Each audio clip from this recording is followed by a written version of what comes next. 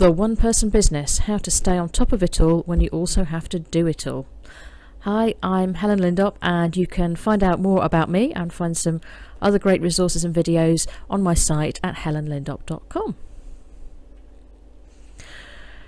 So, what do I mean about having to do it all? Right, well, if you're a one-person business, a solopreneur, freelancer, something like that, then you've got a lot of things to deal with. So this is just my list, not exhaustive, but it's just my list of the kinds of things you need to deal with if you are a one-person business. So you've got to come up with a vision, a direction, you've got to have focus, and you've got to manage your goals for the business.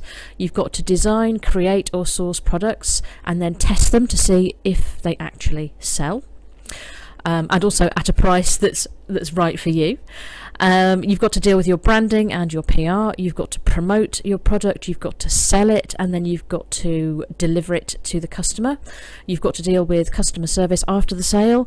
You have got to project manage that whole process, and you've also got to keep up your own motivation, momentum, and productivity. So quite a lot of things to do. And of course you can outsource some of that. You can get freelancers working with you. You can even hire staff eventually, but you're still going to have to keep a big picture view of all that. You've got to keep all those moving parts working if your business is going to function and make you money, and that's what we're all here for, of course. So I was trying to find a framework, a strategy, a structure, something that would hang all that together so I could get my head around it and actually get moving on that. Because the danger is that either you become totally overwhelmed by it and that slows you down, or you focus in on 2 of those things or 3 of those things, and the rest of them just get put to the back burner, and you lose track of them, and then you have to go back and you have to fix those, and then as you're fixing those, something else goes on the back burner and you lose track of that. So how do you keep it all together, keep it all working, keep it all moving without getting totally overwhelmed?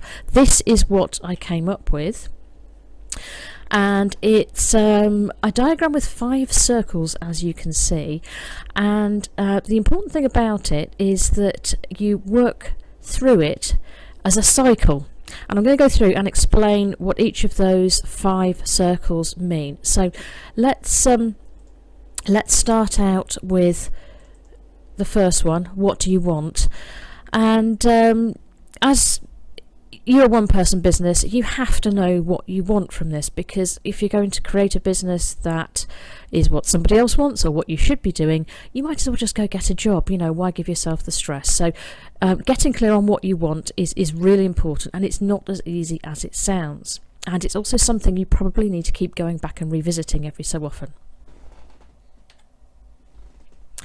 The next circle is creating and testing the product. So you've got to find something to sell, and you've got to test it to see if anybody wants to buy it. Very simple stuff, but often that gets forgotten even behind all the marketing stuff that people get sucked into. So they get bogged down in social media and making connections and going to networking meetings, and they kind of forget about the product sometimes. So you need to keep a focus on that as well.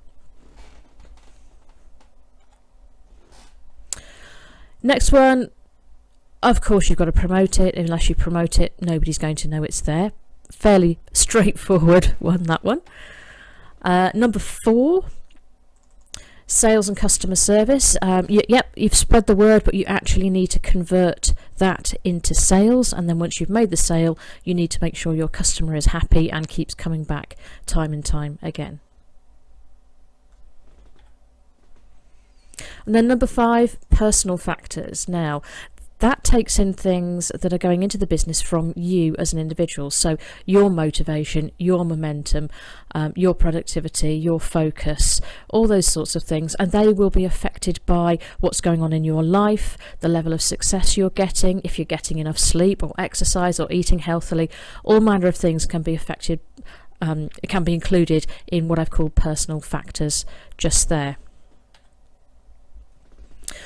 Right, so how do you use this then? Well, what I'm finding is working nicely for me is that if I think of it as a cycle, so I work out what I want, I create and test a product. If that is working pretty well for me, then I will promote it, I will sell some, and then at that point I may think, well, I'm getting a bit of self-doubt here, I need to work on that, so I'll perhaps do a little bit of work on myself, my confidence, busting self-doubt, maybe getting a bit more exercise so I've got more energy, and then by that point I'm back to what do I want again, because once I've been through the circle once, I maybe what I really want from this has just shifted a little bit, so I need to define that a bit better, or just return to what I really wanted, because it's easy to drift and get clear on that again. And then I'm round to number 2 again, and I might look at the product that I made last time. I might make it better, I might bundle it with something else, I may add another product to it, and then I'll test that out, promote it, and you can see I go round the circle again. And what that means is you don't forget other things that you need to have in your mind while you're focusing on one thing, but it also means that you can focus on one thing and give it the attention that it needs. So I found that approach really quite helpful, and as you're learning and developing and building the network of people that know you, you can keep improving and refining what you do as you go around that circle. So thought I would share that because that's working nicely for me at the moment. I thought that might be useful to you as well. And I just wanted to mention my latest course. Latest course is called The Fast Startup, and it's a course that helps people get new part-time businesses moving and off the ground. And actually that focuses in on circles 1, 2 and 3. So it's really about deciding what you want, creating a product, going out there and testing it, and then promoting it.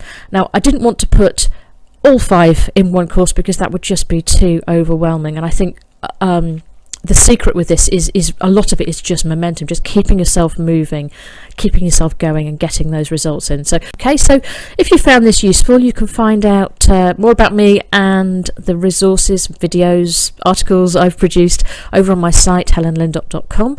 And if you're interested in that startup course that I just mentioned, that's at thefaststartup.com.